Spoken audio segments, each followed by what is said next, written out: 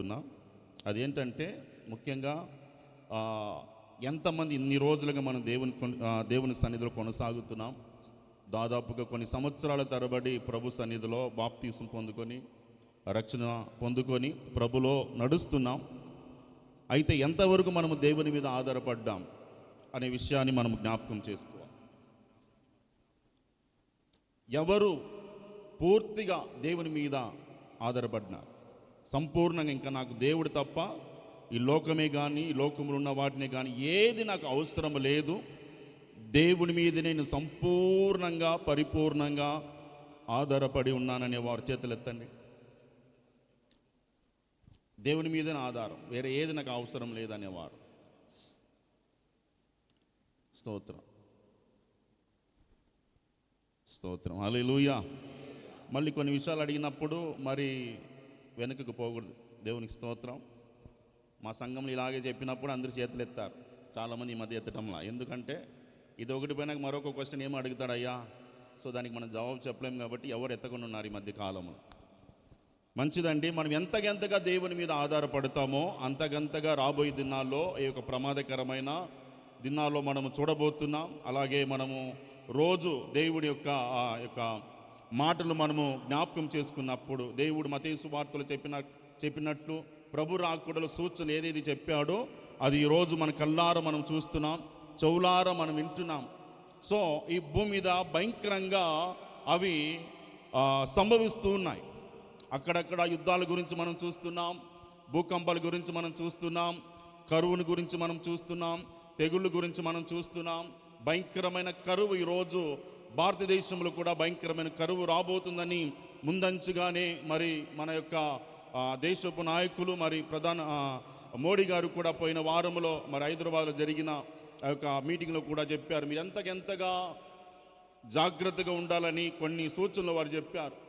అంతగా మనము సూచనల వాటిని మనం పాటించగలిగితే రాబోయే ప్రమాదంలో నుండి మనము తప్పించబడతామని వారు ఈ మధ్య కాలంలో ప్రకటిస్తున్నారు. అయితే నా ప్రభువు ముందుగానే వ్రాసాడు, ఇది నా రాకడకు ఒక సూచన మాత్రమే కానీ అంతము అప్పుడే జరగదు. బట్ ఇది వేదన కాలములో మనమందరం ఉన్నాం. ఒకప్పుడు కృపకాలంలోనే ఉన్నామని అందరూ మురిసిపోయే వాళ్ళము. బట్ ఇప్పుడు వేదన ప్రారంభించబడింది భూమి మీద. భయంకరమైన పరిస్థితిని మనం చూస్తున్నాం. ఇలాంటి ఒక సిచ్యువేషన్లో మనమందరము కూడా ఆ ప్రమాదంలో పడిపోకుండా ఉండాలి. అది మనను సంభవించకూడదు, అది మనను హాని చేయకూడదని మనము నమ్మిన ఎడల దేవుని మీద పరిపూర్ణంగా ఆధారపడాలి. చాలామంది డబ్బు మీద, ఆస్తి మీద, ఐశ్వర్యముని మీద, అధికారం మీద, హోదా మీద, జ్ఞానముని మీద, బలం మీద ఆధారపడి జీవిస్తున్నారు. అవన్నీ కూడా వ్యర్థమయ్యే కాలము సంభవించిందని కూడా మరొకసారి మనం జ్ఞాపకం చేసుకోవాలి. ఎంత డబ్బు ఉన్నా, ఎంత పలుకుబడి ఉన్నా, ఎంత అధికారం ఉన్నా, ఎంత బలమున్నా ఏది కూడా మనలను రక్షించజాలదు. కేవలము దేవుడు మాత్రమే అన్నమాట మనను కాపాడి రక్షించి నడిపిస్తాడు అనడానికి నాకు దేవుడు ఎన్నో సూచనలు దానికి ఆ సాక్షులుగా కూడా ప్రభు నన్ను ఇక్కడ మీ మధ్యలో నిలబెట్టాడు. ఆమేన్, హల్లెలూయా. కాబట్టి నా ప్రియమైన దేవుని బిడ్డలారా, దేవుని మీద ఆధారపడిన కొంతమంది భక్తులు మన బైబిల్ గ్రంథంలో ఉన్నారు. ఆ భక్తుల గురించిన విషయాన్ని కొన్నిటిని మనం జ్ఞాపకం చేసుకుందాం. వారు దేవునిలో అన్నమాట స్థిరమైన ఒక నిర్ణయాలు తీసుకొని దేవుని కొరకు నిలబడ్డారు. ఏ నిర్ణయాలు తీసుకున్నారు ఆ భక్తులు? ఎలాంటి ఒక స్థిరమైన నిర్ణయాలు తీసుకొని దేవుని కొరకు నిలబడ్డారు అనే మాటని ఈరోజు మనం గమనిస్తాం. అందులో మొదటి భక్తుడు అన్నమాట ఎబ్రీ పత్రికలో మనము చూడగలిగితే 11వ అధ్యాయము 24వ వచనము 25వ వచనాన్ని మనము జ్ఞాపకం చేసుకుందాం.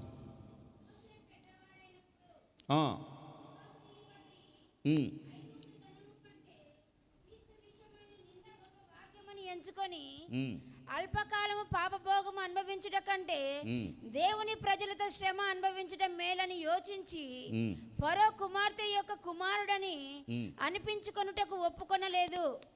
ఆమేన్, హల్లెలూయా. ఇక్కడ మోషేను మనము చూస్తున్నాం. మోషే ఎక్కడ జీవించాడు అని మనం చూడగలిగితే మోషే ఉన్న యొక్క ఆ యొక్క వాతావరణం ఎలాంటి వాతావరణం, ఎక్కడ ఆయన జీవించాడు అంటే ఫరో అనబడిన తన కుమార్తె దగ్గర అన్నమాట ఫరో జీవించినట్లు మనం చూస్తున్నాం.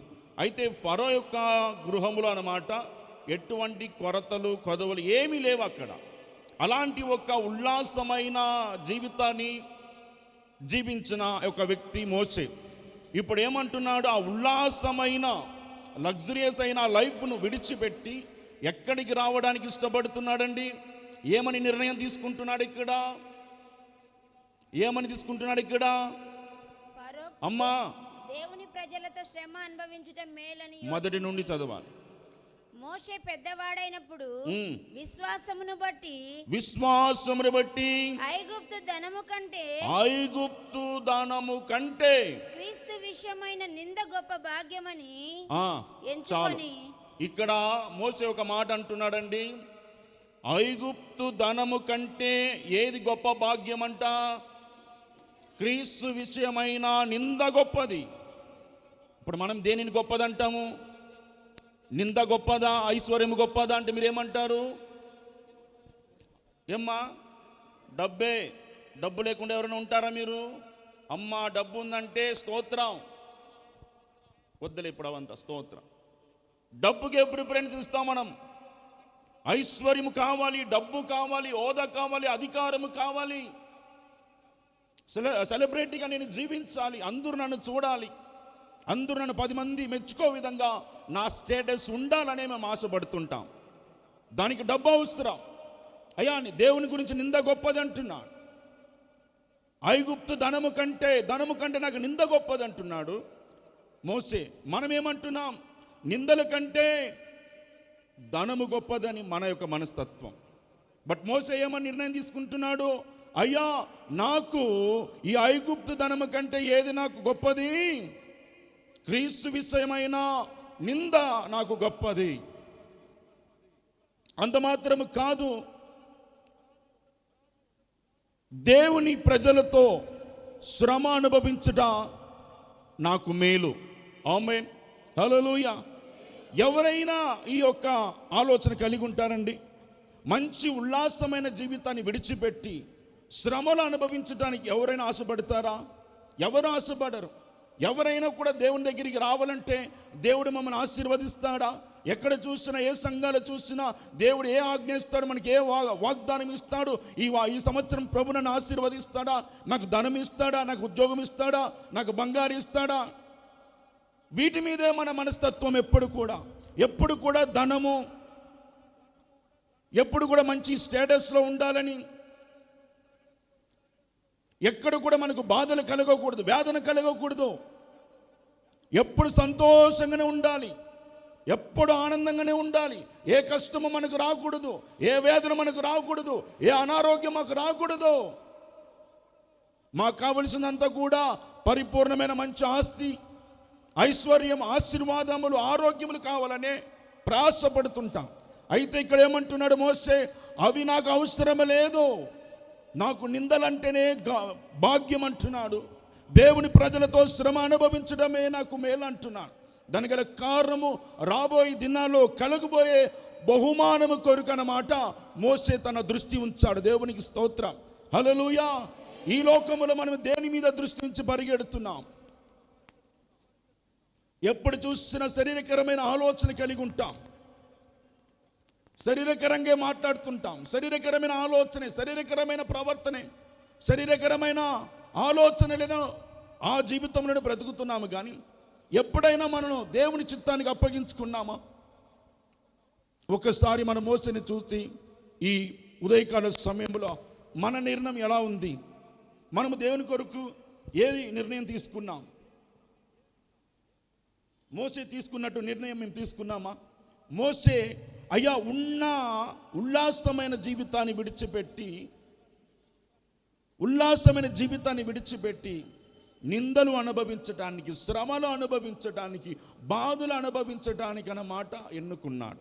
హల్లెలూయా. నాకు పాస్టమ్మ గారు కూడా చిన్న సాక్ష్యం చెప్పారు. చిన్న వెస్లీ బాబుకు బాగలేనప్పుడు చాలా బాధ వేసింది, ఏం ప్రభు మాకు ఇలా అయిపోయిందని.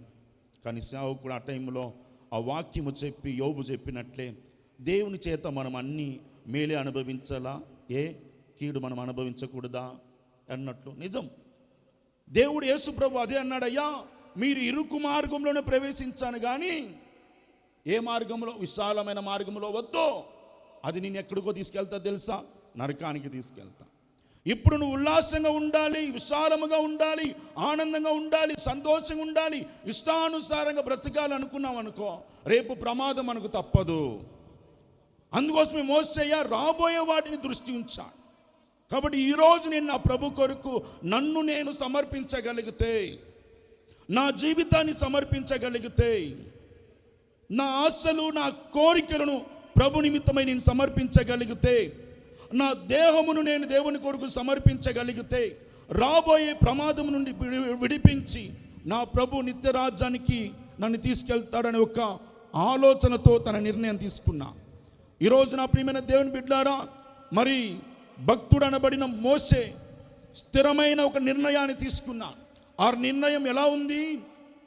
ఉల్లాసంగా బ్రతకాలనేది కాదు, ఆనందంగా బ్రతకాలనేది కాదు, సంతోషముగా ఉండాలనేది కాదు. అయ్యా ఇలాంటివి నాకు కాదు, కానీ ఏది నాకు గొప్ప భాగ్యం అనుకున్నాడు? మనము నిందలు ఎవ్వరు ఆశించాం, ఉల్లాసంగా ఉండాలనే మనం ఇన్ని రోజులుగా దేవుని నుండి వెనకబడ్డాం. ఈరోజు దేవునికి మనకు మధ్య ఒక సమస్య ఏర్పడింది. దేవునితో మనం పరిపూర్ణంగా కనెక్ట్ అవుతున్నామా? దేవుని సన్నిధిలో ప్రార్థన చేస్తున్నప్పుడు కానీ, ఆరాధన చేస్తున్నప్పుడు కానీ, పాటలు పాడుతున్నప్పుడు కానీ, ఆయన సావాసం ఉన్నప్పుడు ప్రభు మనకు కనెక్ట్ అవుతున్నాడా? కనెక్ట్ కాలేకపోవడానికి గల కారణం ఏది అంటే, మనము దేవుని కొరకు ఒక సమర్పణ కలిగి జీవించలేకపోతున్నాం. ఇంకా ఏదో ఒక లోక సంబంధమైన కార్యాలను మోసే విడిచిపెట్టాడు, లోక సంబంధమైన పాపముని విడిచిపెట్టాడు, లోక సంబంధమైన అధికారాన్ని విడిచిపెట్టాడు, లోక సంబంధమైన ఆశలు కోరికను విడిచిపెట్టి ప్రభునందు, ఆ యొక్క ప్రభులో నిందపడము నాకు ఒక గొప్ప భాగ్యం అని ఎంచుకున్నా. ఈరోజు మనం ఇంకా దేవుని కనెక్ట్ కాకుండా ఉన్నాము అని అంటే, ఎక్కడో లోక సంబంధమైన కార్యము మనలో దాగి ఉంది అనే విషయాన్ని మనం జ్ఞాపకం చేసుకోవాలి. ఇంకా మనకు ప్రభుకు కనెక్ట్ కాకుండా ఇంకా లోకపరమైనది ఏదైనా మనలో ఉందా అంటే మనం ఏం చెప్తాము? మనలో ఎవ్వరిలో లేదయ్యా అని మనం చెప్తాం, కానీ ఏదో ఎక్కడో ఒకటి దాగి ఉంటుంది. హల్లెలూయా. ఎవరైనా చెప్పగలుగుతారా ఎటువంటిది నాలో లేదయ్యా, నేను దేవుని కొరకు సంపూర్ణంగా పరిపూర్ణంగా నన్ను నేను సమర్పించుకున్నాను, లోక సంబంధమైనది ఏది నాలో లేదు, లోకపరమైన కార్యములు నాలో ఏది లేదు, లోకపరమైన ఆశలు కోరికలు నాలో ఏది లేదు అని చెప్పమంటే మనం చెప్పగలుగుతామండి? ఏదో ఒక కార్యం మన లోపల ఉంటూనే ఉంటుంది. అందుకోసమైన మాట, మోసే నా యొక్క భక్తికి, నా ప్రభుకు ఏదైతే ఆటంకంగా ఉందో ఈ ఉల్లాసమైన జీవితం, ఇది నాకు వద్దు అని విడిచిపెట్టి దేవుని ప్రజలకు వచ్చేసాడు. హల్లెలూయా.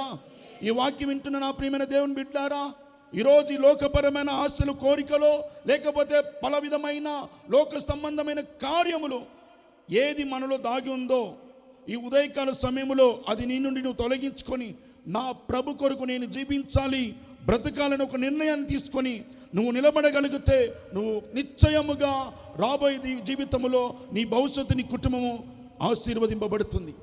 నీ జీవితము మారాలన్నా, నీ కుటుంబ పరిస్థితి మారాలన్నా, మన బ్రతుకులు మారాలన్నా, మన బిడ్డల యొక్క భవిష్యత్తు ఆశీర్వదింపబడాలన్నా నీవు తీసుకునే నిర్ణయాల మీద ఆధారపడి ఉంది. ఆమేన్, హల్లెలూయా.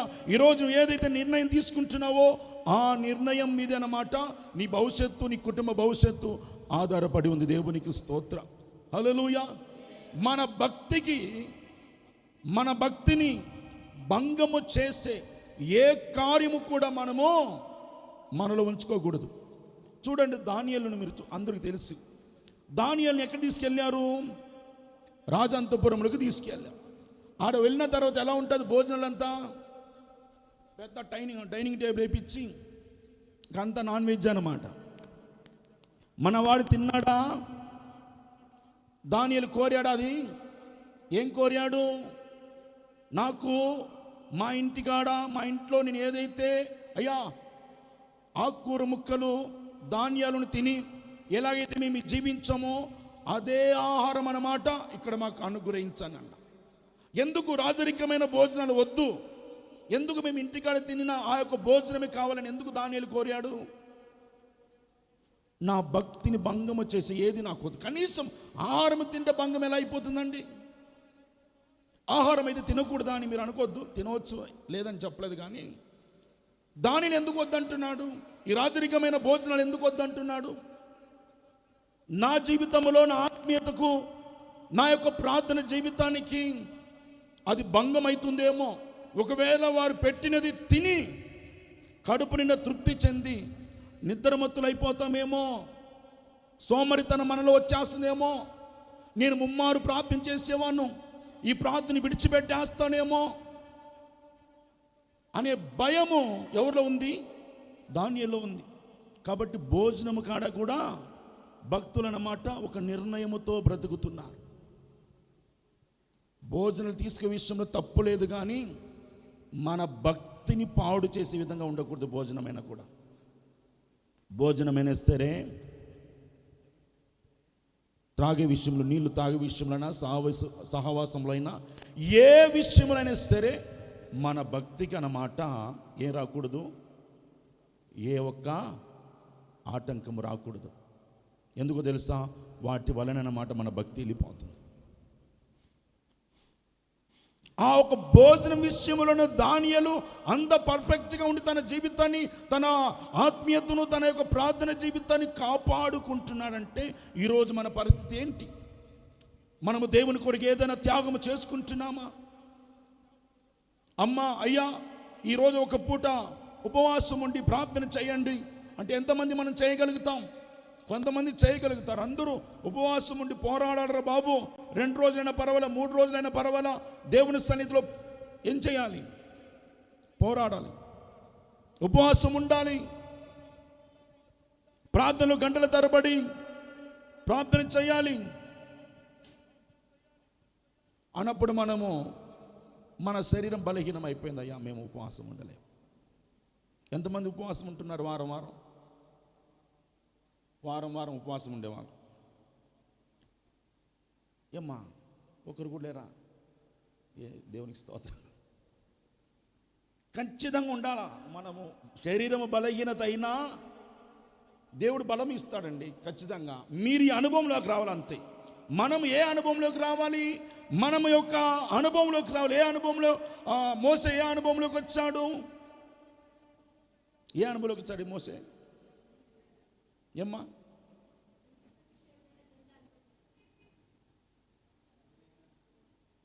ఒక దేవుని కొరకు ఒక స్థిరమైన నిర్ణయాలు తీసుకున్నాడు. మాకు ఉల్లాసం వద్దు, ఏ విషయంలో నాకు ఉల్లాసం వద్దు. ఆ తిండి విషయంలోనైనా సరే, ఆ యొక్క జీవితమైనా సరే, ఆ యొక్క అధికారమైనా సరే, ఏదైనా సరే నాకు ఏది వద్దు. నేను నా ప్రభు కొరకు బ్రతకాలి, నా ప్రభు కొరకే జీవించాలి. నా ప్రభుకు ఆటంకంగా ఉన్న ఏదైనా సరే అది దూరం అవ్వాలి. అంతే. దేవునికి స్తోత్రం.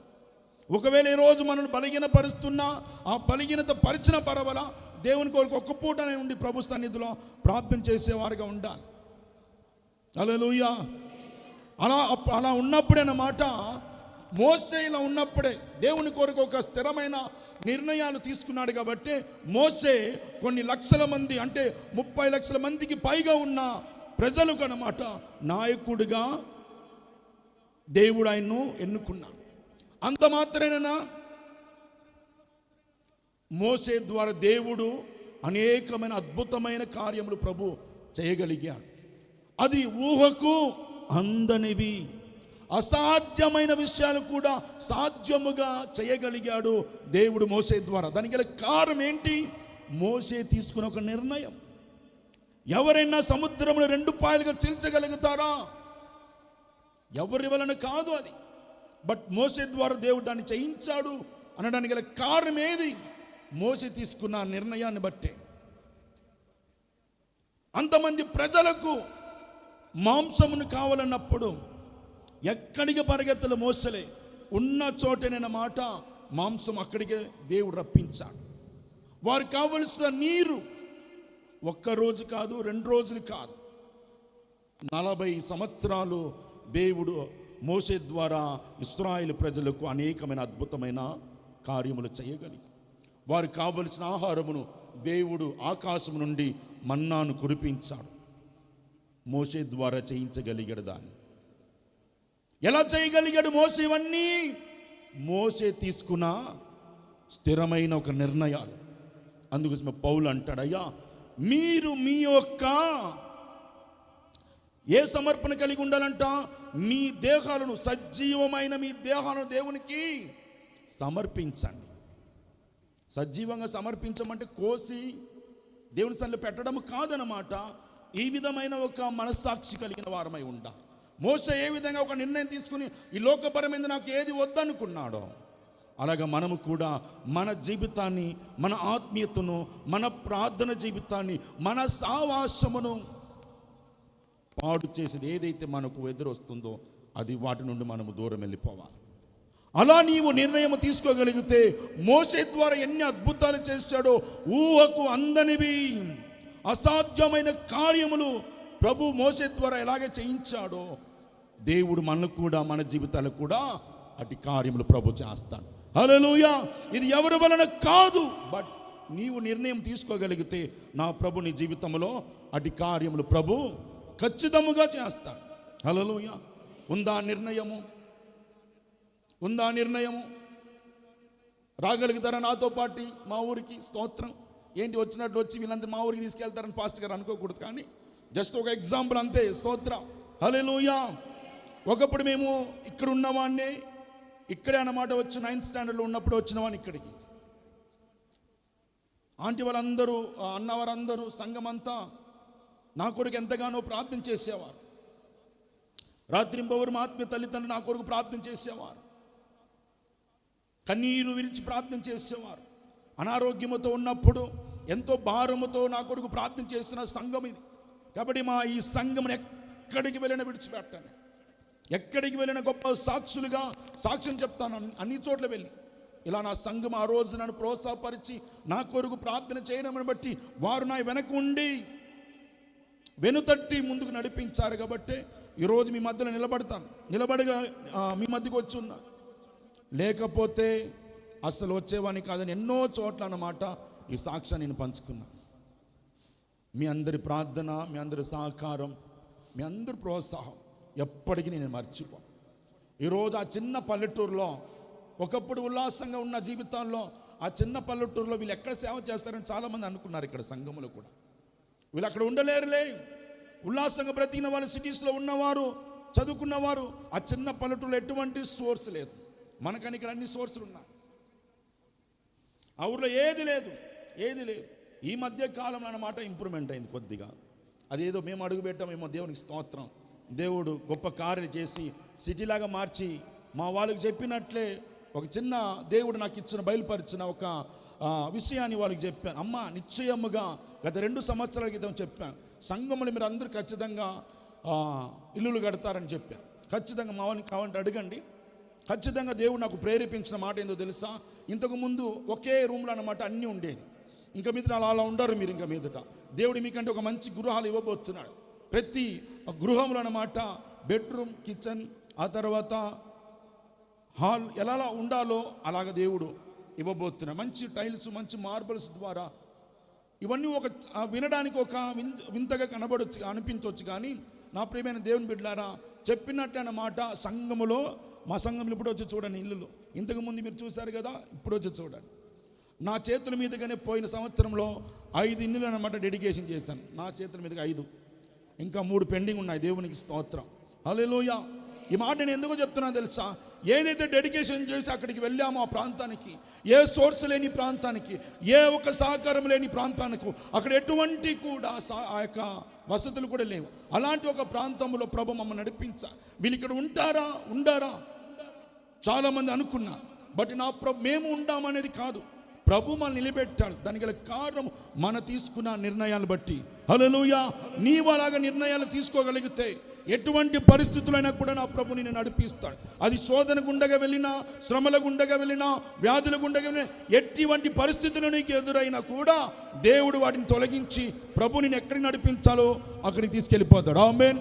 ఏ కార్యం ప్రభు నీ జీవితంలో చేయాలనుకుంటున్నాడో, ఏ వసతి నీకు కావాలని నీవు ఆశ కలిగి ఉన్నావో, నువ్వు ఎలా జీవించాలని ఆశ కలిగి ఉన్నావో, దేవుని పరంగా ఏదైనా నా ప్రభు చేయగలుగుతాడు. ఎలాగో తెలుసా? మనము తీసుకున్న నిర్ణయాన్ని బట్టి. ఇంకా మనము దేవుణ్ణి నమ్మి ఇంకా లోకపరంగా ఆలోచన, తలంపు, ఆ మార్గాలు ఉన్నామా? ఈ ఉదయముతో అది నీ నుండి తొలగించుకొని ఒక స్థిరమైన నిర్ణయం తీసుకో. ఇంక మీదట నాకు ఏది వచ్చినా ప్రవ్వా నీ కొరకు నేను నిలబడతాను.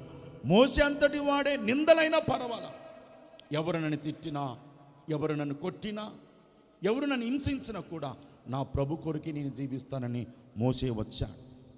మనం ఒక మాట తిడితే మనం ఎంత అలిగిపోతాం.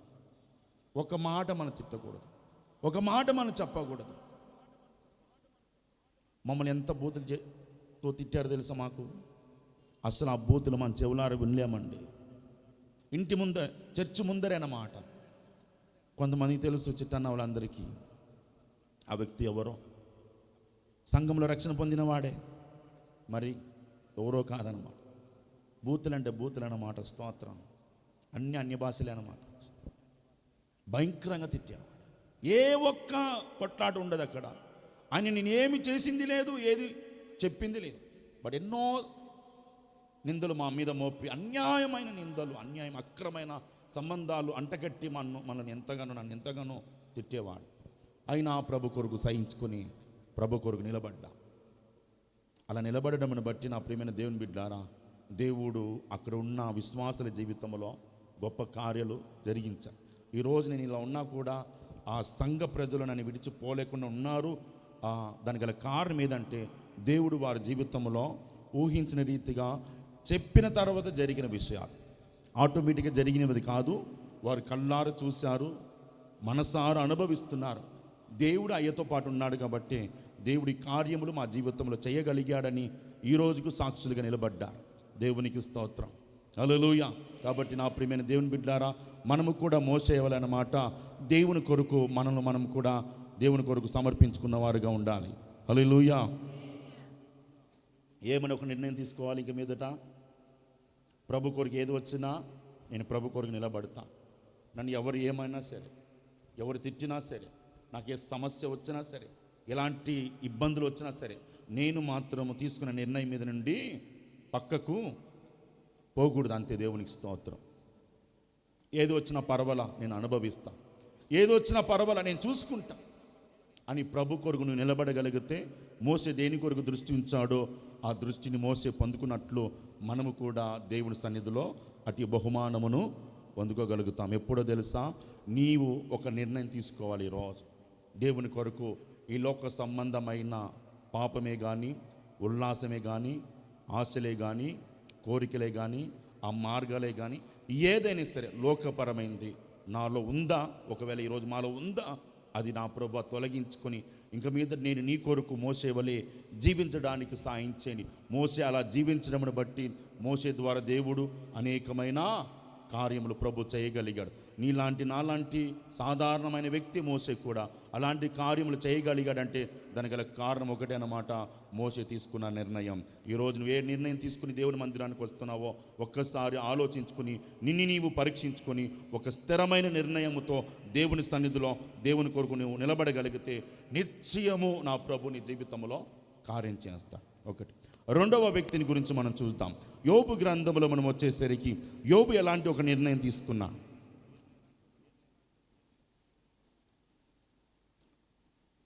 27వ అధ్యాయం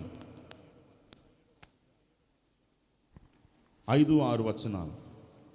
మీరు చెప్పినది న్యాయమని నేనే మాత్రమును ఒప్పుకొనను. మరణం వరకు నేను ఎంత మాత్రమును యథార్థతను విడువను. నా నీతిని విడువక గట్టిగా పట్టుకొందును. నా ప్రవర్తన అంతటి విషయంలో నా హృదయం నన్ను నిందింపదు. హల్లెలూయా. రెండవ భక్తుడు ఎవరండి? యోబు. మన అందరికీ తెలుసు. యోబు ఏమని నిర్ణయం తీసుకుంటున్నాడు ఇక్కడ అంటే, నా నీతిని కానీ యథార్థతను కానీ ఏ విషయంలో నేను విడిచిపెట్టను, విడవను. అయితే ఇప్పుడు యోబు ఏ పరిస్థితిలో ఉన్నాడు? అక్కడ మనలాగా మంచి ఆరోగ్యము చేతనో మంచి ఉల్లాసంగా ఉండి చెప్పలే ఈ మాట. ఒకప్పుడు మంచి ధనముతో, ధాన్యముతో, ఐశ్వర్యముతో, ఆస్తితో ఉన్నవాడు, మంచి ధనము కలిగిన వాడు, ఆస్తి కలిగిన వాడు, ఐశ్వర్యం కలిగిన వాడు, దేవుని యందు భయభక్తులు కలిగిన వాడు, నిందారహితుడు, నీతిమంతుడిగా బ్రతికిన యోబు జీవితంలో ఉన్న పాటున అపవాది జొరబడి యోబుకు కలిగిన వాటిని అన్నిటిని తొలగించేసింది. ఆఖరికి ఇప్పుడు యోబు ఎలాంటి పరిస్థితిలో ఉన్నాడు? మనమైన కుర్చీలో కూర్చున్నాము. యోబు ఆడ ఉన్నాడండి? ఏమా ఆడ కూర్చున్నాడు? దిబ్బలో కూర్చున్నాడు. మన మాట చెప్పాలంటే ఏ దిబ్బలో కూర్చున్నాడండి? మనం కసువు కొట్టి పొయ్యిలో ఉండే బూడిదనంతా తీసుకుపోయి చల్తాం చూడండి.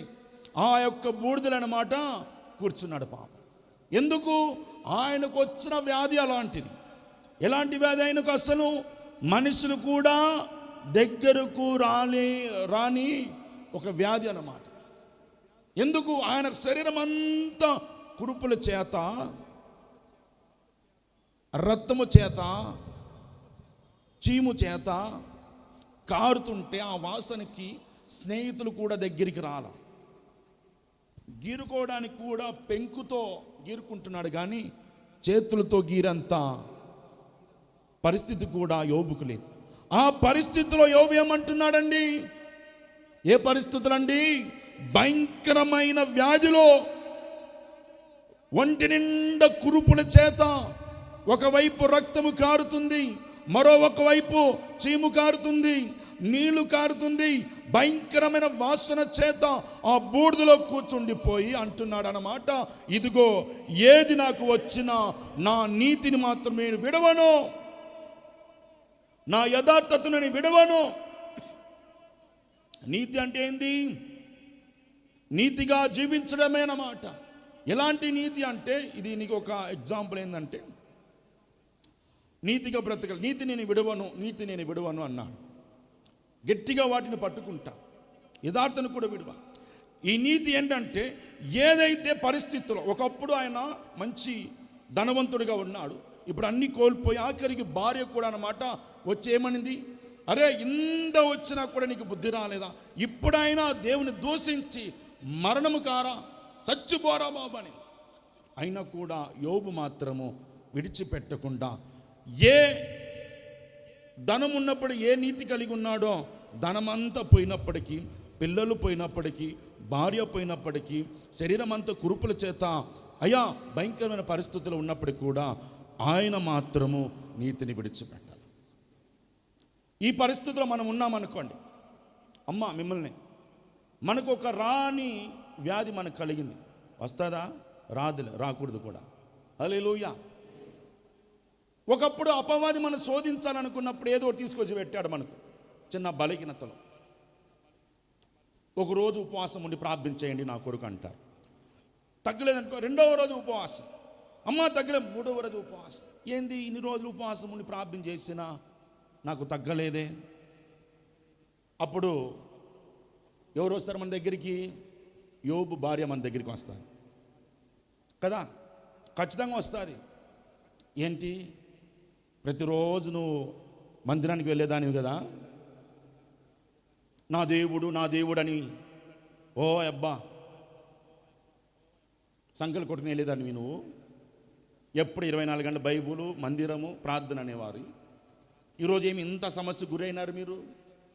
మీరు ప్రార్థన చేస్తుంటే మీ దేవుడు వినడా? మీకు స్వస్థత ఇవ్వడా? మీ సమస్యలు తొలగించరా? ఏం దేవుని నమ్ముకున్నావు నువ్వు? ఆ దేవుని నమ్ముకున్నప్పటి నుంచి ఏదో ఒక సమస్యనికి వస్తూనే ఉంది, ఏదో ఒక బాధ కలుగుతూనే ఉంది. బట్ నువ్వు అది గ్రహించలేకపోతున్నా. ఇప్పుడైనా రాకడికి పోదాం. ఎక్కడికి? ఆడికి పోతే మనకు మెడలో ఒకటి వేస్తారు, ఆ మెడలో వేసిన వెంటనే పోతుంది అంత స్తోత్రం అని ప్రేరేపిస్తారా? ప్రేరేపించరా? ఖచ్చితంగా ప్రేరేపిస్తారు. యోబు భార్య ఎక్కడ ఉంటుంది? ప్రతి చోట ఉంటుంది యోబు భార్య. యోబుతో మాత్రమే కాదండి, యోబు భార్య ప్రతి చోట ఉంటుంది అన్నమాట. మన వెనుక వచ్చా సరే, మనం ఒకవేళ అలాగా కృంగిపోయామనుకో వచ్చి తడుతుందన్నమాట. ఏం దేవుడు రా నీ దేవుడు? ఎన్నోసార్లు నన్ను వచ్చి తడుతుంటారు. ఒక్కొక్కసారి నాకేమనిపిస్తుంది అంటే, ఎందుకు ఈ జీవితము, చచ్చిపోతే బాగుంటుంది కదా అనిపిస్తారు. ఎందుకు చచ్చిపోవాలా? ఇంత మంచి జీవం కలిగిన దేవుడు, ఎంతోమంది జీవితంలో కార్యం చేసిన దేవుడు నా జీవితంలో ఎందుకు చేయడు అనుకొని ధైర్యం తెచ్చుకొని ప్రభు సన్నిధిలో నిలబడేవారు. అలా మిమ్మల్ని అన్నప్పుడు మీరు ఏం చేస్తారు? ఒక్కసారి పోతే ఏమవుతుంది? అయ్యకు చెప్పకుండా, అమ్మకు చెప్పకుండా, అమ్మ విశ్వాసులకు కనబడకుండా పోయి ఏదో ఒకటి ఎత్తుకొచ్చుకుందాంలే, పోతాదేమో, పోయేవాళ్ళు ఉన్నారు. ఇది నీతి అంటారా? యథార్థమైన జీవితం అంటారా? ఒక సమస్య రాకూడదు నాకు, ఒక శోధన రాకూడదు నాకు, ఒక నింద రాకూడదు నాకు. నేను భరించలేను ప్రభువా, నేను ఓర్చలేను ప్రభువా, వెంటనే తప్పుడు మార్గంలో వెళ్ళిపోయేది. మీ అందరికీ చెప్పానో లేదు కానీ మరొకసారి చెప్తున్నాను, జ్ఞాపకం చేసుకో. మాది పల్లెటూరు కదండి, ఖచ్చితంగా తప్పుతారు మా వాళ్ళు అప్పుడప్పుడు. ఇలాగనమాట మా సంఘములో ఒక ఆమె వస్తుంది. ఆమె అనారోగ్యంతో వచ్చేదన్నమాట. ప్రార్థన చేసాం, దేవుడు కార్యం చేశాడు. అయితే ఆమె లోకపరంగానే జీవిస్తుంది. లోకపరమైన అలవాటు ఉంది కానీ అది మానుకోకుండా ఉంది. నా రోగం నాకు పోవటం లేదు, నా బలహీనతలు నాకు పోవటం లేదు, నా అనారోగ్యం నాకు పోవటం లేదని ఎప్పుడు చింతిస్తుంటాను. నేను చెప్పాను కదా, దానికి పరిష్కారం ఉంది. ఒకటే, నీవు అది లోకపరమైన అలవాటు మానుకో, దేవుని కొరకు నిలబడు, దేవుని జీవితంలో కార్యం చేస్తా. అది మనం చెయ్యం, అది నేను చెయ్యను, అది నాకు గొప్పది, దేవునికి స్తోత్రం. ఎక్కడైనా స్వస్థతలు కలుగుతాయా? ఎక్కడైనా సువార్తలు స్వస్థత కూడికలు జరుగుతాయా? అక్కడికి పోతే నాకు స్వస్థత కలుగుతుందా? గుత్తిశాలకు వెళ్తే స్వస్థత కలుగుతుందా అనే ఆలోచన ఉంటుంది ఎప్పుడు. ఆమె ఉన్నపాటున ఒకరోజు మా ఊరిలో అన్నమాట, మా ఊరిలో కాదు కానీ తాడపత్రిలో గొప్ప సేవకుడు అన్నమాట,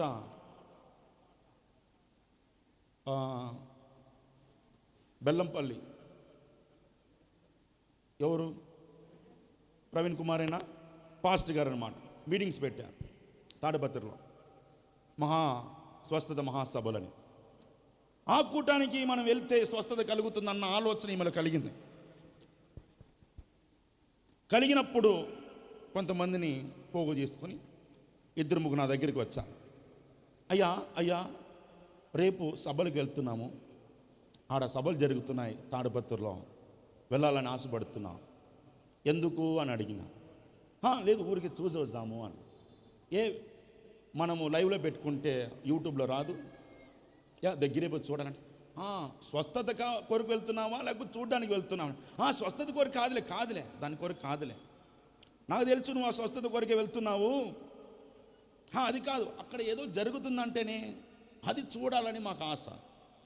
ఏం జరిగినా ఏం జరగకపోతే నీకెందుకు? ఇక్కడ ఇన్ని జరిగినాయి చూడలేదా? మేము కూడా లైవ్ పెట్టాము ఎన్నోసార్లు, నా ఫోన్లో తీశాను కదా, చూడలేదా? ఒకసారి చూసి వస్తాం లైవ్ గారు అని నేను కొన్ని విషయాలు ఆమెకు వివరించాను. వెంటనే ఆమె ముఖం చిన్నపోయింది. అనుకున్నా ఈమె ఏదో యోబు భార్య దూరినట్టుంది, దేవునికి స్తోత్రం అన్నట్లు. సర్లే అమ్మాయి, సర్లేక మీరు వెళ్ళండి, కానీ మీరే చూస్తారు, వెళ్ళండి, కానీ దేవుడు మిమ్మల్ని కార్యం చేస్తాడు, వెళ్ళండి మీరన్నా. అందులో ఒక ఆమె మాటతో ఏమనుకునిందో ఏమో, ఏమో చెప్పాడు, పోతే బాగుండదు అని నిర్ణయం తీసుకుని ఆమె ఆగిపోయింది. ఈమె ఒక్కదాని అయిపోయింది. ఇప్పుడు నేను ఒక్కదాని పోతే ఎలాగా? నాతో పాటు ఒక 10 మంది ఉండాలి కదా అని ఊరు అంతా చాటేసింది. పోదామా సభలకు.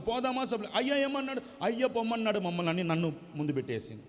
మా వాళ్ళకి అంతేమనిపించింది, ఈ మాట చెప్పడే, ఈ మాట ఒప్పుకోడే అన్నారు. చెప్పారు కూడా, తెలుసు అయ్యా పంపిడని చాలామంది ఆగిపోయి, కానీ అలాగ పోగు చేసేసుకున్నారు. 10 మందిని వెళ్ళాలని నిర్ణయం తీసుకున్నారు, ఆటో మాట్లాడుకున్నారు. మరుసటి రోజు వెళ్ళాలని వాళ్ళు ఆశపడుతున్నారు. వేకుజామున 4 గంటలకు లేచాను, ప్రభువా నన్ను కాదనుకుని ఈరోజు ఒక బృందం బయలుదేరి పలానా సభలకు వెళ్తున్నారు. వాళ్ళు సభలకు వెళ్ళడం తప్పు కాదు, దైవజనుల దగ్గరికి వెళ్ళడం తప్పు కాదని చెప్పలేదు, కానీ నాలో ఉండే ఒక వైరాగ్యం ఏంటంటే, ఆయన సేవకుడు, నేను సేవకుడే. ఆయన ప్రార్థన చేసినప్పుడు జరిగిన విషయాలు నేను ప్రార్థన చేసి ఎందుకు జరగకూడదు? ప్రభువా, నీవు నన్ను పిలిచింది నిజమైతే, నన్ను ఇక్కడ పిలుచుకొచ్చింది నిజమైతే, నన్ను నిలబెట్టింది నిజమైతే, నన్ను రాబోయే దినాల్లో సిగ్గుపడకుండా ఈ ప్రాంతంలో నీ సేవ బలంగా జరగాలంటే ఇదిగో రేపు సాయంత్రం ఆటోలో బయలుదేరుతున్నా. ఆటోలో ఉన్న వారికి ఎవ్వరికి ఏం కాకూడదు, బట్ ఆటో మాత్రం పొలిమేర దాటకూడదు అనే ప్రార్థన నాది. మీకు ఎంతమందికి దీంట్లో నమ్మకం ఉందో లేదో నాకు తెలియదు, కానీ నా ప్రార్థన అయితే ఇదే. ఉదయం 4 గంటల నుంచి 6 గంటలకు 2 గంటల సేపు ప్రార్థన చేశాను. నా ప్రభు ఇదే, నువ్వు ఒక్కవేళ ఈరోజు ఆటో పొలిమేర దాటి అయా సభలో కలుసుకున్నారంటే ఇక్కడ నీ సేవ చేయడం వ్యర్థమే. ఇంకేం ప్రయోజనం అండి? ఆ సేవకుని దగ్గరికి ఇక్కడ జరగలేదని కదా అక్కడికి పరిగెడుతున్నారు. మరి అలాంటప్పుడు ఆ సేవకుని ఇక్కడ పిలిపించుకో. నేను మాత్రం ఇక్కడ ఉండనని దేవునితో ఒక పోరాటం, 2 గంటల సేపు పోరాడినాను. మళ్ళీ మధ్యాహ్నం 1 గంట వరకు పోరాడుతూనే ఉన్నాం. సాయంత్రం అయింది, దేవునికి స్తోత్రం. అందరూ రెడీ అయిపోయారు, స్తోత్రం. బాగా బైబిల్ అంత చేతిలో పెట్టుకొని ఆటోలో దగ్గర వచ్చి నిలబడి మాట ఒకే నవ్వు సంతోషం. ఈరోజు నాకు ఒక స్వస్థత, నాకు ఒక ఆరోగ్యం, స్తోత్రం, రైట్. కానీ చూస్తా నువ్వా నేనా అని ఒక వైరాగ్యంతో ప్రార్థన చేస్తూనే ఉన్నా. అందరూ ఆటో దగ్గర నిలబడ్డారు. అది చూడడానికి మనసు బాధ అనిపించింది. వెళ్ళి లోపల పోయి పండుకున్నా. ఎప్పుడు బయలుదేరారు 7:30 నాకు మనసు అనిపించకుండా ఒక అమ్మాయికి ఫోన్ చేశాను. అమ్మాయి వాళ్ళ ఇంట్లో వాళ్ళందరూ వెళ్తున్నారని చెప్పింది. లాస్ట్ ఆ అమ్మాయి కూడా వెళ్ళిందన్నమాట ఆ ప్రార్థనకు, స్తోత్రం. 7:30-8 గంటల ప్రాంతంలో ఫోన్ చేస్తున్నాను. అమ్మాయి ఎవరెవరు వెళ్ళారమ్మా ఆ యొక్క సభలకు అని. అమ్మాయి అనింది, పోయాము వచ్చేసామనింది. అదేంది పోయాము వచ్చేసాము? పోవడానికి 8 అవుతుంది, మీరేమో అప్పుడే పోయేసి అప్పుడే వచ్చాను, అప్పుడే సభలు అయిపోయినాయా అని నేను అమ్మాయిని అడుగుతున్నా. అమ్మాయి అనింది, అందరూ వెళ్ళాము అయ్యగారు, కొద్దిగా దూరం వెళ్ళగానే ఆటో రిపేర్ అయిపోయింది, రిటర్న్ వచ్చేసాం, దేవునికి స్తోత్రం. కానీ జరిగిన సంఘటన ఆమె చెప్పలా. మరుసటి రోజున ప్రార్థనలో మోకర్ల మీద ఉన్నా, బలిపీఠం మీదకి వచ్చిన ప్రార్థన చేస్తున్నా. ప్రభువా, నువ్వు గొప్ప కార్యం చేశావు, నువ్వు నిజమైన దేవుడవు, గొప్ప దేవుడు, నన్ను పిలిచిన వాడు అని నిరూపించావు, ఉన్నవాడు అని నిరూపించావు, నన్ను వాడుకుంటానని పిలిచావు, నిత్యముగా నన్ను నిలబెట్టి ఆటోను ప్రభువా వెనక్కి నడిపించావు అని ప్రభు తను ప్రార్థన చేస్తుంటే అందులో అన్నమాట ఒక ఆమె పరిగెత్తుకుంటూ నా దగ్గరికి వచ్చింది. అయ్యా నన్ను క్షమించండి, అయ్యా నన్ను క్షమించండి. మా ఇంటి ఆయన చెప్తూనే ఉన్నాడు, వెళ్ళొద్దండి, నీ కొరకు భార్య భర్తలు వాళ్ళు రాత్రింబవలు మీ కొరకు ప్రార్థన చేస్తున్నారు, వారి కాదని మీరు వెళుతున్నారే. మందిరానికి కూడా రాడు ఆ మనిషి. మందిరానికి వచ్చి ఆమెతో చెప్తున్నాడు. ఏది చెప్పినా పట్టించుకోలే వాళ్ళు, పోవడం నిర్ణయించుకున్నారు, పోతున్నారు, స్తోత్రం. ఆమె వచ్చి చెప్పిన మాట ఏంటంటే, ఊర్లలో పొలిమేరలో అన్నమాట, ప్రతి పొలిమేరలో ఒక గుడి ఉంటుంది. ఇటువైపు వెళ్ళినా ఒక పొలిమేరలో ఒక గుడి ఉంటుంది, అటువైపు నుంచి వస్తున్న పొలిమేరలో గుళ్ళు ఉంటాయి. అక్కడ చూసిన ఆ గుడి వీళ్ళు వెళ్ళారు, సర్రని వెళ్ళారు. గుడి దాటగానే చిన్న బ్రిడ్జ్ ఒకటి వస్తుంది, 10 అడుగుల తర్వాత ఒక చిన్న కాలువ బ్రిడ్జ్. ఆడు వెళ్ళగానే కరెక్ట్ పొలిమేర దగ్గర ఆటోమేటిక్గా స్లో అయిపోయింది. మీరు ఇది ఎంతమంది నమ్ముతారో నాకు తెలియదు, కానీ నిజమైన జరిగిన సంఘటన ఇది. అంటే ప్రవీణ్ కుమార్ కంటే గొప్ప వ్యక్తి అని అంటే కాదు, నా వైరాగ్యం అది. నేను ప్రభు కొరకు అన్నిటిని వదులుకొని ఏ ఒక సోర్స్ లేని ఈ ప్రాంతంలో జీవిస్తున్నాము నీ కొరకు, ప్రజలను నీ వైపు త్రిప్పాలని.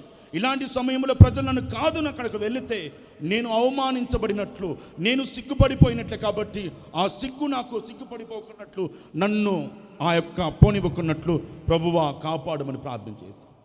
ఆమె చెప్తుంది, ఆ కాలువ దగ్గరికి రాగానే ఆర్డర్ డ్రు అని స్లో అయిపోయింది. రే, ఇంత స్లోగా వెళ్తే ఆ సభలు అయిపోతుంది నాయన, చూడరా దిగి అంటే చూశాడు, ఎన్నెన్నో చూసి ఏదో ట్రై చేశాడు, ఏది కాల. సరే ఇంకేది కాలేదంటే తిప్పు, వేరే ఆటోని మాట్లాడుకుందాం. ఎంత ధైర్యం చూడు, ఎలగలా మన వాళ్ళకి. తిప్పింది బండి, పోయేటప్పుడు బాగా ఫాస్ట్, ఏమి ఇంత ఫాస్ట్ వస్తుంది, బండి బాగా తిప్పు. మళ్ళీ తిప్పారు, దేవునికి స్తోత్రం. మళ్ళీ పొలిమేర దగ్గరికి వచ్చింది, మరీ గుడి దగ్గరికి వచ్చింది.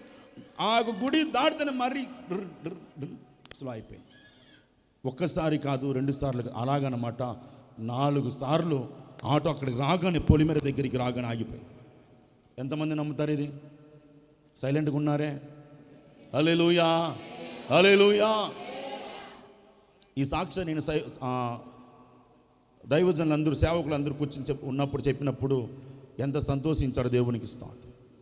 ఆమె ఆ మాట చెప్తున్నప్పుడు 4వసారి అయ్యా అలా జరిగినప్పుడు మా కళ్ళు తెరవబడింది. అప్పుడు అనుకున్నా నిజంగా ఇది దేవుని చిత్తము కాదు, మేము వెళ్ళటం మయ్యగారు ఏదో ప్రార్థన చేసినట్లున్నారు. అందుకోసమే ఆటో ముందుకు కొనసాగటంలోని ఆటో తిప్పుకుని వచ్చినాను. ఉప్పులపాడుకు వచ్చిన తర్వాత మరొక ఆటోను మాట్లాడుకుందాం అనుకున్నాను. ఆటో ఉంది కానీ డ్రైవర్ లేడు. ఎంతసేపు పోరాడుతున్నారో ఆటో డ్రైవర్ కోసం దొరకలా. అప్పుడు అనుకున్నారే ఇప్పుడు ఆటో దొరికినా మేము ఆ సభలకు రాము.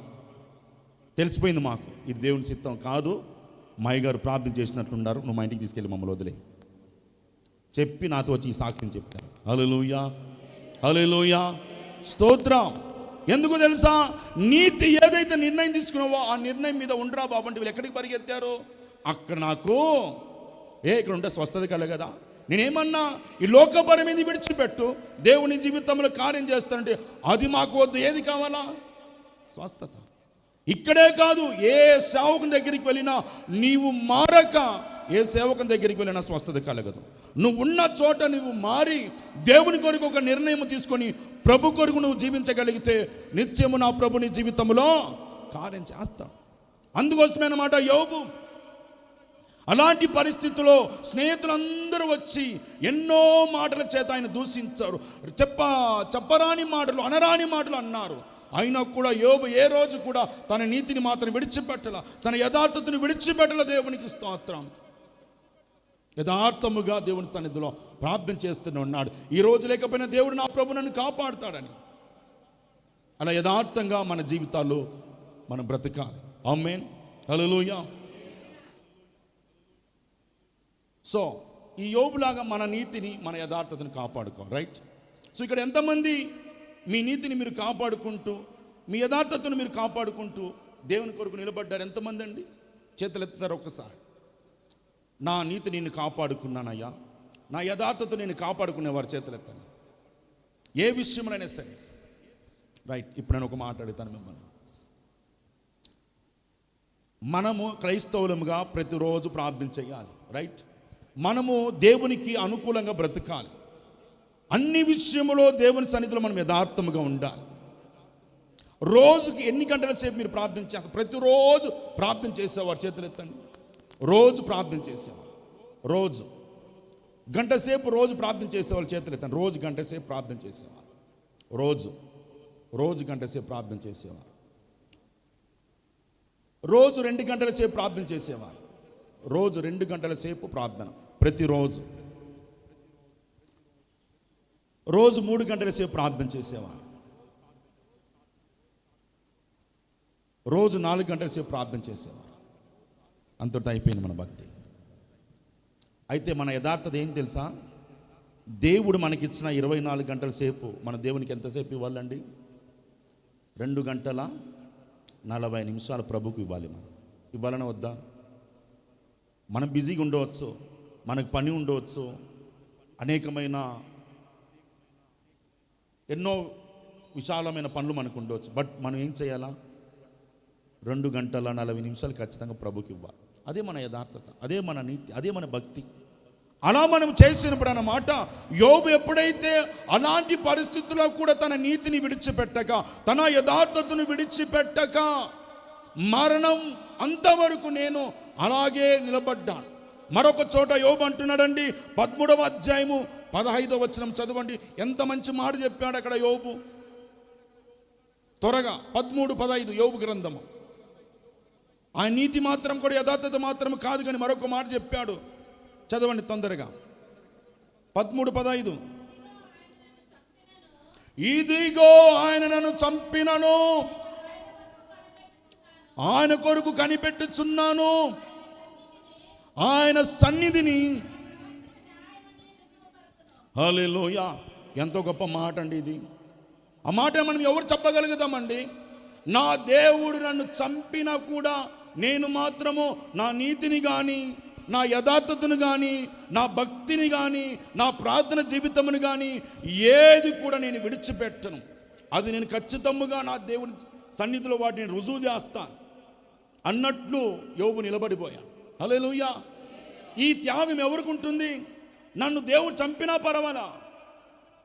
మనం ఏం చేస్తామంటే, ఏంది దేవుడు అని దేవుని దగ్గరికి వస్తే దేవుడు నాకు ఇలాంటి ఒక అనారోగ్యానికి నెట్టేస్తాడేంది, ఈ శ్రమలైనా, ఈ బాధలైనా, ఈ వేదనైనా, ఏం దేవుడు అబ్బా, ఇంకేం ప్రార్థన చేస్తావులే, ఇంకేం మందిరానికి పోతావులే, అన్ని చేసి ఏం ప్రయోజనం ఈరోజు నాకు అని మనము నిరుత్సాహముతో వెనకబడుతుంటాం. ఒక సమస్య మనకు రాకూడదు, ఒక వేదన మనకు రాకూడదు, ఒక కష్టం మనకు రాకూడదు, ఒక ప్రమాదకరమైన సంఘటన మనకు జరగకూడదు. వెంటనే మనం సోలిపోతాం. దేవుని కొరకు నమ్ముకున్నా, దేవుని నమ్మినా, నేను యథార్థంగా బ్రతికినా, నీతిగా బ్రతికినా, నాకెందుకు ప్రభా ఈ శ్రమలు, నాకెందుకు ప్రభా ఈ శోధనని, ఇంకేం ప్రార్థన చేస్తావులే, ఇంకేం ఉపవాసం ఉంటావులే, ఇంకేం సహవాసములు ఉంటామని ఒక్కొక్కసారి మనం నిరుత్సాహము చేత బలహీనలు అవుతుంటాం. కానీ యోబు అంటున్నాడు, అయ్యా నేను నా దేవుడు నన్ను చంపినా పర్వాలా, నన్ను చంపినా పర్వాలా. మా అమ్మ ఎప్పుడు ఏడుస్తుంటుంది, మా వానికి ఎప్పుడు బలహీనత వచ్చింది, ఏంది ప్రభువా, మా కుటుంబం అంతా సమస్యలను ఉన్నాం, మా వదినకు ఒకవైపు బలహీనత, నా కొడుకు ఒకవైపు బలహీనత, మాకు ఒకవైపు బలహీనత. ఈ శ్రమలు ఎందుకు వస్తుంది? లోకంలో చూసేవారు ఏమంటారు, ఏంది వీళ్ళు దేవుని నమ్ముకున్నారే, ఎప్పుడు చూసినా ఏదో ఒక వ్యాధి అంటారే, ఏదో ఒక బలహీనత అంటారే, ఏదో ఒక శ్రమ అంటారే, ఏంది ప్రభా ఇది చెయ్యి అనిపిస్తుంది ఒక్కొక్కసారి మాకు అని సోలిపోతాం, నిరుత్సాహముతో వెనకబడుతుంటాం. యోబు ఏమంటున్నాడండి, ఏ పరిస్థితులు అంటున్నాడు, ఆఖరి క్షణాల్లో రేపో మాపో చనిపోతానన్న సమయం ఉన్నాగప్పుడే అంటున్నాడు, నా దేవుడు నన్ను చంపినా పర్వాలేదు, నేను మాత్రము నా నీతినే కానీ, నా యథార్థతనే కానీ, నా భక్తిని ఎప్పుడు విడిచిపెట్టనంటే విడిచిపెట్టను. ఎంత గొప్ప నిర్ణయం అండి ఇది. మన జీవితంలో ఆ నిర్ణయం తీసుకోగలుగుతామా? నీకు సమయం ఉండగానే, నీకు ఆరోగ్యం ఉండగానే, నీకు సర్వం ఉండగానే నీ ఒక తీర్మానంలోకి రా, ఒక నిర్ణయంలోకి రా. నా ప్రభా ఈరోజు నేను ఇది ఇలా ఉన్నానంటే కేవలం అది నీ కృపనే. ఈ కృప చేతనని నీ సన్నిధిలో ఒక స్థిరమైన నిర్ణయం తీసుకుని నీ కొరకు జీవించడానికి సాయం చేయి. ఏది వచ్చినా కూడా నేను నీ నుండి తొలగిపోకున్నట్లు నాకు సాయం చేయి ప్రభు అని అడిగేవారుగా ఉండాలి. స్తోత్రం, హల్లెలూయా. సేవకు నిమిత్తమై, పరిచయ నిమిత్తమై, సువార్త నిమిత్తమై 17 మంది ఆటోలో బయలుదేరినాం. స్తోత్రం. ఆటో 3 పల్టీలు కొట్టింది.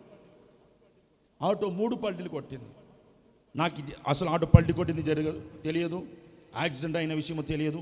అందరూ అక్కడ ఒకడు, ఇక్కడ ఒకడు, ఎక్కడెక్కడో ఎగిరి పడిపోయారు. యాక్సిడెంట్ అయిన విషయమో తెలియదు. ఎప్పుడు తెలిసిందంటే ఒక 10-15 నిమిషాల తర్వాత ఆ యొక్క ఆటో యాక్సిడెంట్ అయిపోయి ముందంతా కూడా బాగా మొత్తం స్మాష్ అయిపోయింది. అప్పుడు ఎలా ఉంటుంది మన పరిస్థితి? ఏంది, ప్రభు కొరకు, ప్రభు సువార్త కొరకు, ప్రభు పని కొరకు వెళుతుంటే ఇలాగ జరగడం ఏంది? ఆటో అప్పుడే సెకండ్ హ్యాండ్ ఆటో తీసుకొచ్చానమాట, 1,50,000 ఇచ్చి తీసుకొచ్చి 20 రోజులు అయిందన్నమాట. 20 రోజులు ఆయన ఆటోని తీసుకుని సువార్త నిమిత్తమై వెళ్తుండగా నా ప్రియమైన దేవుని బిడ్డలారా, 3 పల్టీలు కొట్టిన ఆటో దేవునికి స్తోత్రం. 17 మంది చిన్నపిల్లలు, 3 వయసు అయిపోయిన వాళ్ళు, కొంతమంది యవనస్తులు, ఇలా 17 మంది వెళ్తుండగా జరిగిన విషయం ఇది. ముందుగానే మనకు తెలుసు ఇలాంటి జరుగుతుందని. ఇది ఒక పెద్ద కథ, కానీ చెప్పడానికి సమయం లేదు. నా ప్రియమైన దేవుని బిడ్డలారా, నేను నా సమయాన్ని ముగిస్తున్నా ఈ ఒక మాట చెప్పి. 3 పల్టీలు కొట్టింది కానీ ఎవ్వరికి ఏ హాని కలగల. ఆటో మాత్రము నాశనం అయిపోయింది. క్షేమముగా వచ్చేసాం.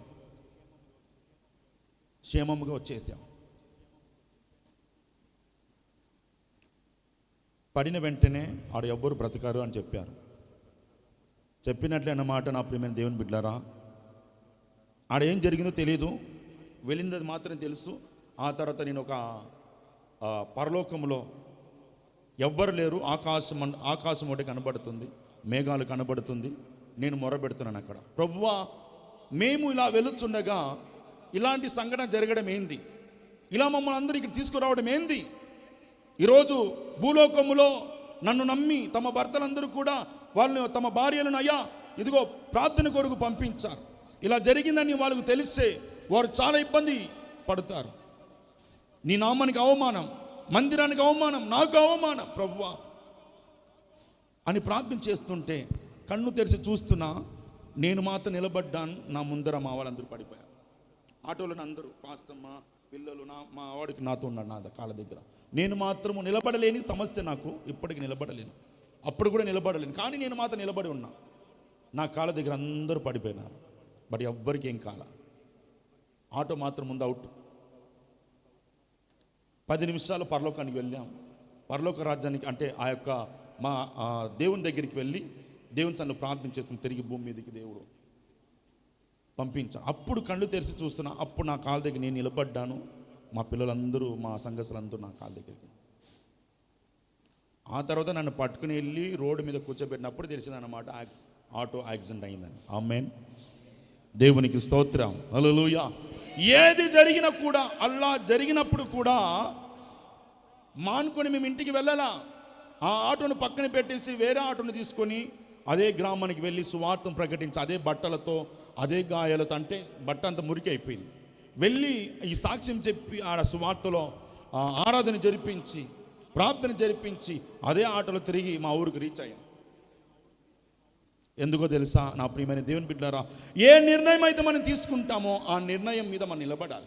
మరణము నాకు వచ్చినా, మరణము నన్ను సంభవించినా, దాని నుండి మనము బయటికి రాకూడదు. హల్లెలూయా. కాబట్టి మోసే ఒక నిర్ణయం తీసుకున్నా, ఒక స్థిరమైన నిర్ణయం తీసుకున్నా. యోబు ఒక నిర్ణయం తీసుకున్నా, నేను చచ్చిన నా దేవుడు నన్ను చంపిన పర్వాలా, నేను మాత్రం నా నిర్ణయం మీదే ఉంటాను. మూడో వ్యక్తిని మనం చూడగలిగితే పౌలు గారు అంటారు, అయ్యా ఇదిగో, ఆ మాటను మనము చదవడానికి నాకు సమయం లేదు, జస్ట్ ఒక చిన్న 2 మాటలతో నేను ముగిస్తున్నా. పౌలు గారు ఏమన్నారు ఆ మాటను? గలతీ పత్రికలో 2వ అధ్యాయం 20వ వచనం. ఒకే ఒక మాట చదవండి చాలు. నేను క్రీస్తుతో కూడా సిలువ వేయబడి ఉన్నాను, ఇంకను జీవించువాడును నేను కాను. హల్లెలూయా, స్తోత్రం. పౌలు తీసుకున్న ఒక నిర్ణయం ఏందండి? నేను క్రీస్తుతో కూడా సిలువ వేయబడి ఉన్నా, ఇంకా మీదట జీవించేది నేను కాను, క్రీస్తే నాలో జీవిస్తున్నా. ఆమేన్. అందుకోసం అలా తీసుకున్నాడు కాబట్టి ఒకే ఒక మాట అన్నాడు పౌలు. ఏమన్నాడు తెలుసా? బ్రతుకుట క్రీస్తే, చావైనా లాభమే. స్తోత్రం, హల్లెలూయా. ఆ ఒక్క నిర్ణయాల మీద మనం ఉండాలి. ఇంకా మీదట మనము ఒకవేళ మనము మనలాగే జీవిస్తే మనము దేవుని కొరకు జీవించలే.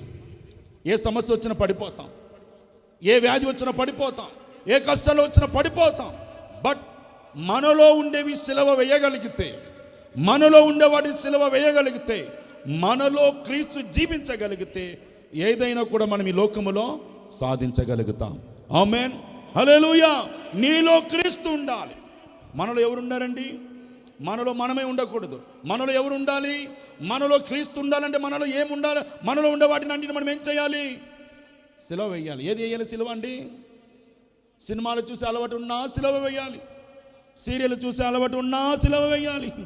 అమ్మా, వేరే లోకపరమైన కార్యములు ఏం చేయాలి? అన్నిటిని సిలువ వేయాలమ్మా. అలా సిలువ వేయలేకపోతే మనలో క్రీస్తు రాడు.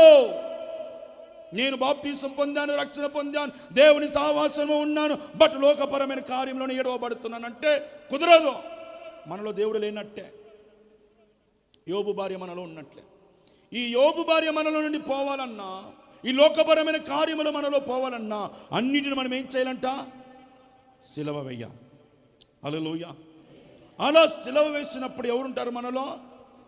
క్రీస్తు మనలో ఉన్నప్పుడే మనం ఏదైనా చేయగలుగుతాం. అందుకోసమే పౌలు అంటాడయ్యా, నేను ఎప్పుడు బలహీననో అప్పుడు బలవంతుడను అన్నాడు.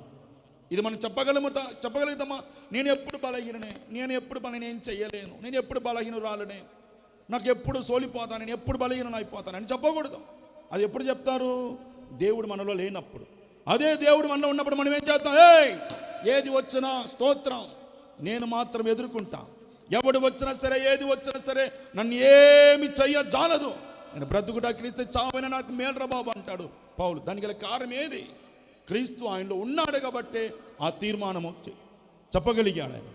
ఇంకా మిత్ర మనలో ఉండేవి సిలువ వేసి యేసు ప్రభును మనలోకి ఆహ్వానించగలిగితే, యేసు ప్రభులో మనలో ఉన్నప్పుడు అందుకోసమే అంటాడు పౌలు మరొక చోట అంటాడు కొరింథీ పత్రికలో 11వ అధ్యాయంలో ఏమంటున్నాడంటే, అయ్యా నేను క్రీస్తు పోలికగా నడుచుకున్న ప్రకారం మీరును నన్ను పోలి ఉందా మనలోది? క్రీస్తు పోలి అంటే ఏందో తెలుసా? క్రీస్తు లోకములు వచ్చి ఆయన ఎలా బ్రతికాడు, ఎలా ప్రేమించాడు, ఎలా శ్రమలు అనుభవించాడు, ఎలా ఆదరించాడు, ఎలా ఆదుకున్నాడు, ఆ జీవితం మనలోకి రావాలి. హల్లెలూయా. చెప్పడం చాలా ఉంది, నీకు స్తోత్రం. టైం లేదు, నాకు అవకాశం అప్పుడు అయిపోయింది. హల్లెలూయా. కాబట్టి నా ప్రియమైన దేవుని బిడ్డారా, మనలో ఉండే మనం సిలువ వేయగలిగితే యేసు ప్రభు మనలో వచ్చినప్పుడు మన జీవితం మారిపోవాలి. ఎలా మారిపోవాలి? ఒకరికొకరు మనం ప్రేమించే వారిగా ఉండాలి, ఒకరికొకరు మనం ఆదరించే వారిగా ఉండాలి, ఒకరిని మనము నడిపించే వారిగా ఉండాలి. ఏది వచ్చినా పర్వాలా, మనకు క్రీస్తు కొరకు మనం బ్రతకాలి. ఆ యొక్క స్థిరమైన నిర్ణయాలు మనం తీసుకోవాలి.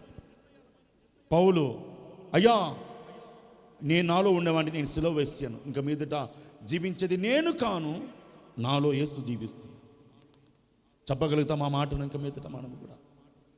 ఇన్ని రోజులుగా మనము లోకపరమైంది ఏదైనా మనలో ఉందేమో, ఏదో ఒక ఆశ, ఏదో ఒక కోరిక ఎక్కడో ఒకటి తంటుంటుంది మనము. ఈ మధ్యాహ్నం అది మనం సిలువ వేయగలిగితే, ప్రభు నీలోకి రాగలిగితే, నీ జీవితంలో నువ్వు ఏదైనా ఎదుర్కొంటావు. మరణం వచ్చినా ఎదుర్కొంటాం, సమస్యలు వచ్చినా ఎదుర్కొంటాం, ఏది వచ్చినా మనం ఎదుర్కొంటాం. అలా మనం ఎదుర్కోవాలి అంటే ఒక స్థిరమైన నిర్ణయాలు కలిగి ఉండాలి.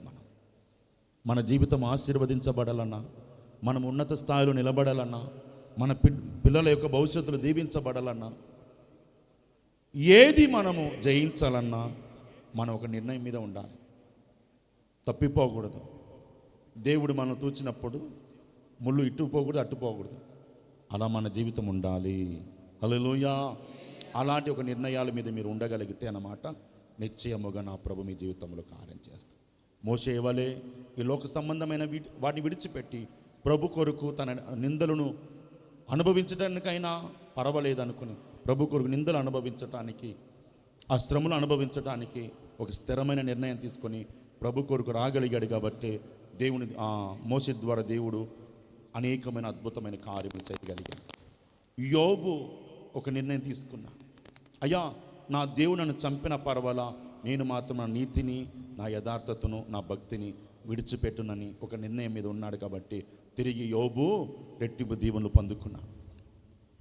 పౌలు తనలో ఉన్న వాటిని సెలవు వేసుకున్నాడు కాబట్టి ఆయనలో ప్రభు ఉండగలిగాడు. కాబట్టి ఏది వచ్చినా ఆయనను ఎదిరించి ప్రభు కొరకు నిలబడగలిగి దేవుడిచ్చే ఆ యొక్క జీవ కిరీటాన్ని పొందుకోవడానికి వారసుడయ్యాడు. ఆమేన్. ఇలాగా మనం కూడా ఒక స్థిర నిర్ణయం తీసుకొని ప్రభు కొరకు జీవిస్తాం. ప్రభు ఈ మాటలు దీవించి ఆశీర్వదించును గాక. ఆమేన్. ముఖ్యంగా నా కొరకు, నా ఆరోగ్యం కొరకు మీరందరూ ప్రార్థన చేయండి. ఎందుకంటే మీ యొక్క ప్రార్థన బట్టి, మీ సహకారాన్ని బట్టి ఈరోజు దేవుడు నన్ను సేవలో అనేక ప్రాంతాలకు నడిపిస్తున్నాడు. దాదాపుగా ఇప్పుడు 3 ప్రాంతాలు అన్నమాట సేవ చేస్తున్నా. ఒకటి మా కునుకుంటాలో, మరొకటి పెట్టికోటలో చేస్తున్నా, అలాగా తాడుపత్రిలో చేస్తున్నాం. ఈ మధ్య కాలంలో నంద్యాలు కూడా వెళ్తున్నామండి. నంద్యాలు కూడా వెళ్ళి అక్కడ కూడా 3 కుటుంబాలు అన్నమాట, ఆడ కూడా 3 కుటుంబాలు దేవుడు మనకి ఇచ్చాం. ఇలాగా అనేక ప్రాంతాల్లో ప్రభు నడిపిస్తున్నాడు. ఇలాగా దేవుడు తన సేవలో వాడుకునేటట్లు మీ యొక్క ప్రార్థన, మీ సహకారం ఎల్లప్పుడూ నాకు ఉండాలని ప్రభు పేరట మీ అందరిని కోరుచున్నాను. నా కొరకు, నా కుటుంబం కొరకు, నా సేవ కొరకు మీరు అందరూ ప్రార్థన చేయండి. దేవుడు మిమ్మల్ని దీవించి ఆశీర్వదించును గాక.